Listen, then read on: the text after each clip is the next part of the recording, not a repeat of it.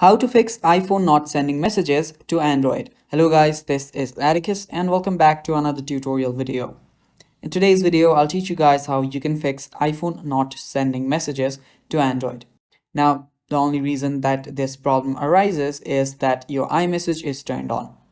Now, turning on iMessage, you will only be able to text to people with iPhones. So, to prevent that from happening, head over to your settings. And after you're on your settings, you'll need to go to messages. Now scroll down till you find messages. If you don't find it here, head over to the apps section and search for messages. Now there is messages. Now right here, what you'll need to do is make sure that this iMessage button is turned off. Do not turn it on, simply turn off if it's turned on. And that should fix your problem of your iPhone not sending any messages to Android. And that is how you do it, guys, and that is all for the video. Thanks for watching. Stay tuned for more, and bye-bye.